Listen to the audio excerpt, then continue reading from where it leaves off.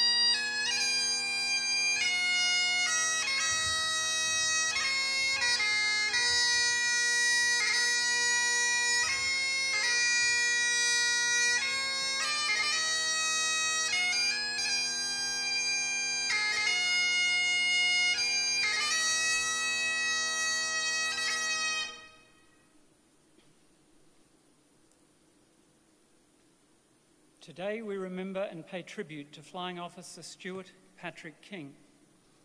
Patrick King was born in Ararat, about 200 kilometres west of Melbourne, on the 22nd of April 1906, the son of David and Emily King. Following his matriculation from Xavier College, he studied law at the University of Melbourne. Here he also served the usual term as a member of the Citizen Forces, becoming part of the Melbourne University Rifles. After graduating in 1930 with a Bachelor of Laws, he was admitted to the bar in 1931. As well as being academically gifted, King was an all-round sportsman who played first-class cricket for Victoria and Australian rules football for St Kilda. At one point, he was captain of the St Kilda cricket and football teams at the same time. King started his cricket career first, debuting for Victoria in the 1926-27 Sheffield Shield season at the Melbourne Cricket Ground against Queensland. A right-handed wicket-keeper who batted in the middle order, his claim to fame was scoring 7 of Victoria's world record 1,107 runs against New South Wales in his debut summer. He played 12 first-class matches for Victoria, 7 of which were in the Sheffield Shield.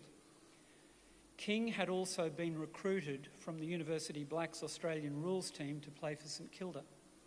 In 1932, he was appointed club captain. He played mostly as a defender, but also scored 14 goals. On the 14th of January 1935, King married Kathleen Patricia Lightfoot, daughter of Gerald Lightfoot, Secretary of the Council for Scientific and Industrial Research, today known as the CSIRO, at Newman College's chapel in Melbourne. The couple went on to have 2 children, Gerald and Diana, with the family living in East Malvern. When King retired from cricket in 1940, the Sporting Globe read that cricket has lost one of its most popular players. As a batsman, he was always a tough nut for bowlers to crack. As a wicket-keeper, he held a high place, while he could also obtain wickets occasionally with his slow-spinning deliveries. While King continued to use his wide knowledge and experience of cricket and Australian rules as a contributor to the Argus and the Star newspapers, he also took up golf. King enlisted in the Royal Australian Air Force on 30 March 1942 as an intelligence officer, and in July 1942 was posted to number 20 Squadron. In November, about a week after King gained the rank of flying officer, 20 Squadron relocated to Cairns. From here it conducted reconnaissance, anti-submarine and occasional bombing operations over the waters around New Guinea using Catalina flying boats. On the 28th of February 1943, King was one of an 11-man crew for Catalina on a 17-hour mission providing anti-submarine cover to a convoy heading for Milne Bay in New Guinea. After taking off at dusk, by about noon, the aircraft had finished its initial duty and headed back to Cairns. It was returning later that night when a thunderstorm developed.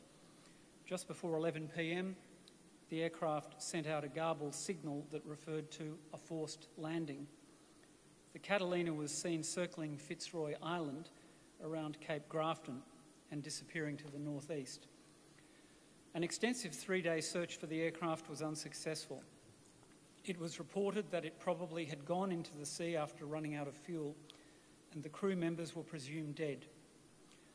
Wing Commander John Daniel, Squadron Leader Eric Barclay, Flying Officer Lewis Dunham, Sergeant Norman Moore, Sergeant Keith Watson, Sergeant John O'Grady, Sergeant Alan Ether, Sergeant Alan Ellsbury, Corporal Douglas Russell, Corporal John Stain, and Flying Officer Stuart King. He was 36 years old. King's daughter recalled that he was playing with her brother when they received the telegram containing the news. A telegram boy came to the front gate and gave us the telegram.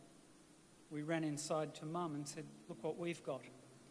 Mum came to the front door with my grandmother and she opened the telegram and simply collapsed.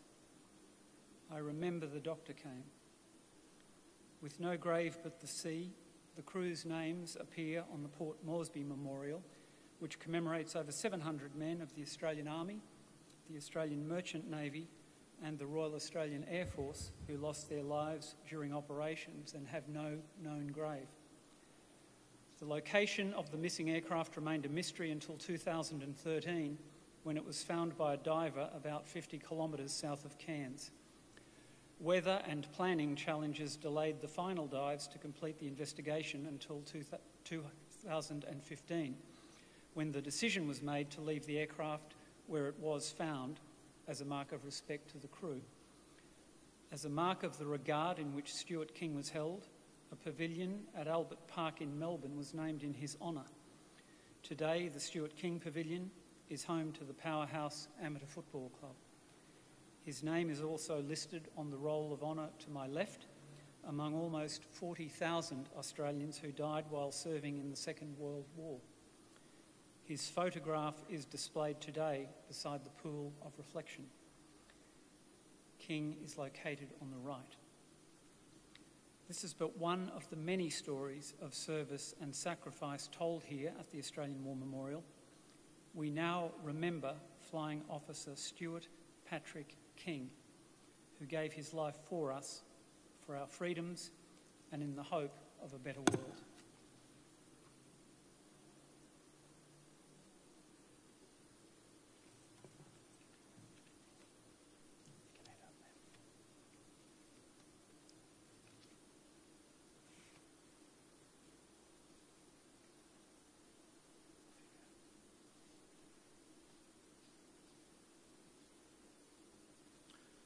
Please stand for the reading of the ode and the sounding of the last post.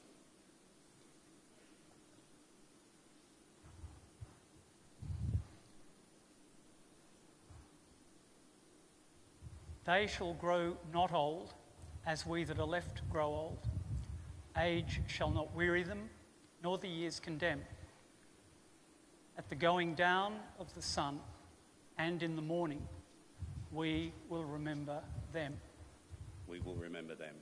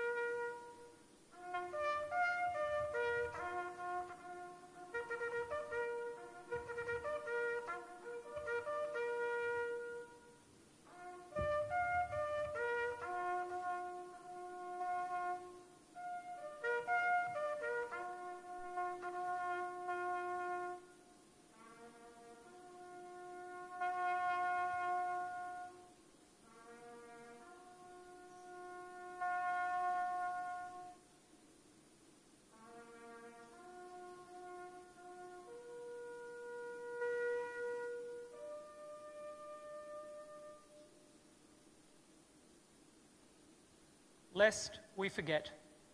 Lest we forget.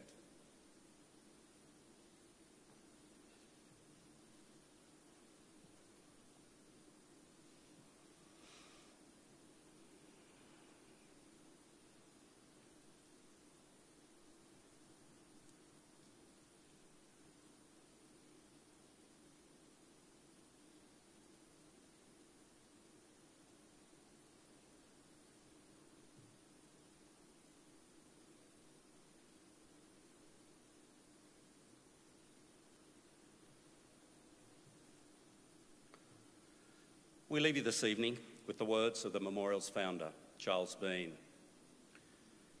Many a man lying out there at Pozières or in the low scrub at Gallipoli, with his poor, tired senses barely working through the fever of his brain, has thought in his last moments, well, it's over. But in Australia, they will be proud of this. Ladies and gentlemen, girls and boys, that concludes this evening's last post ceremony. We thank you for visiting the Australian War Memorial and wish you all a very good evening. Thank you.